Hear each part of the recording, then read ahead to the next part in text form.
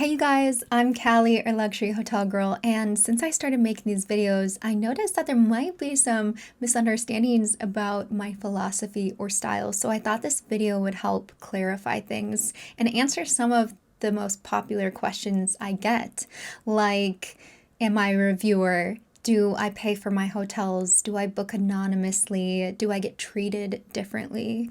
And let's start with how I view hotels. I think that would be the most helpful because I think hotels can give us the most special memories we have in life. When I look at a hotel, I see a first family holiday, a home away from home, a wedding ceremony, and even maybe the last time or last holiday we had with a loved one. So my channel is about finding you the hotel that matches your travel style and your preferences that will give you those amazing memories. And I think that leads to my first question I get asked. Am I an influencer? Because some people feel like I sell every single hotel. That is not my goal. I actually strive more to be educational so the information can tell you if the hotel is for you or not. However, because I film in a vlog style, I think it's natural that my love and enthusiasm for every hotel is going to shine through in the video. But I really want to make it clear that the slogan, "Let's discover your hotel," is what I believe because not every hotel is going to be right for everyone. And this is what these videos are all about, is discovering the one that's right for you. And also, I get really excited when someone doesn't like a hotel. And I get that, sometimes, oh, I don't like that, or yeah, this one is not for me. And I'm like, I'm so glad my video could show you that because then we can move on and find the hotel that does suit your needs. And when I learn more about what you're looking for, that's when I can probably help give more recommendations. So some people wonder if I'm a reviewer, and reviewers lead with very different questions than my own. So reviewers go in with, it's probably more value-based questions, and they typically give ratings that are based on their experience and personal opinions. And I want to stay away from that because, again, I don't want to persuade you in any sort of form, but I also think my personal opinions probably won't help you. Just because we're all different and we have different preferences. So that's why I wanted to create more objective videos that allow you to come to your own conclusion.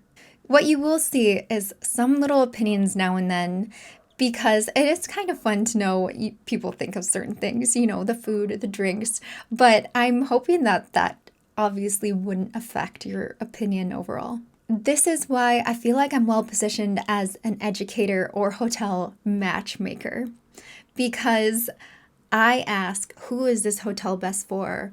Or what do they provide that could enhance your experience here? So naturally, what about poor hotel experiences?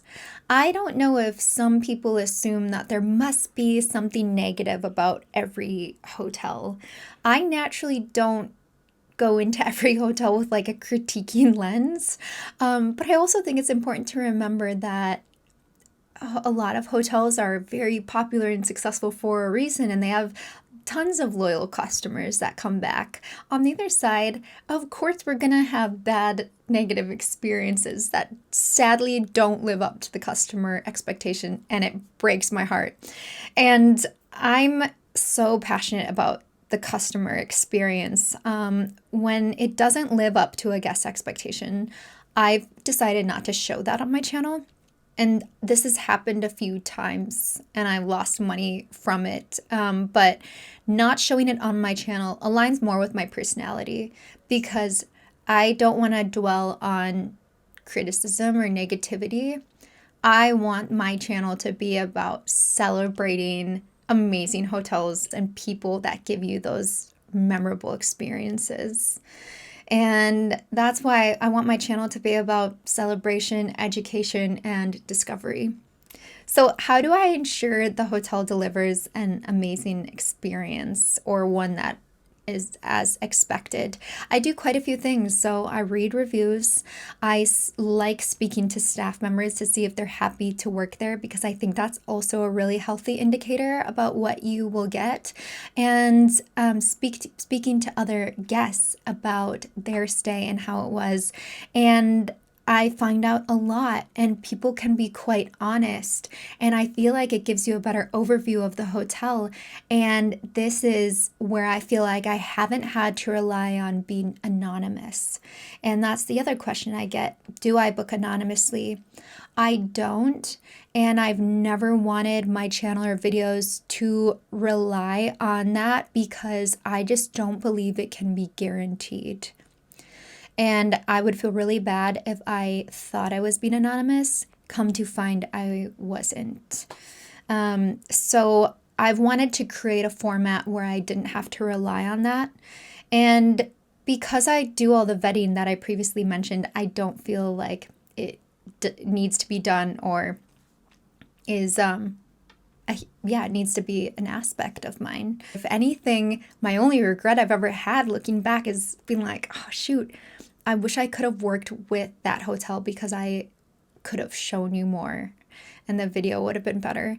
But since you've been watching over the past year, I'll be very honest, some hotels haven't known who I was, and some hotels have known who I was, but I didn't find out until after the stay, which I think kind of leads into the next question you wonder is, do I get treated differently? Yes, but in probably the opposite way you're expecting. And it almost goes the other way, where I'm met with skepticism and I get security being like, hey, what you doing with that camera? And that's because hotels are very protective of the guest experience and their brand, which is so natural. And I respect that to the fullest, and they should be protective.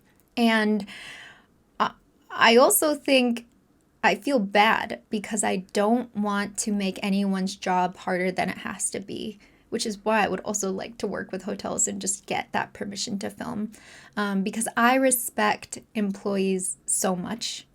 I respect people that, they give up special time with their family, special moments. They are there in their darkest of days to give guests that amazing experience.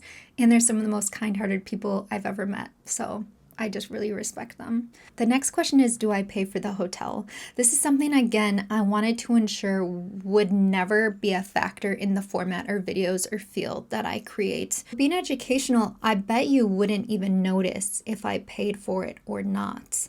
And so far I have paid for all my hotels.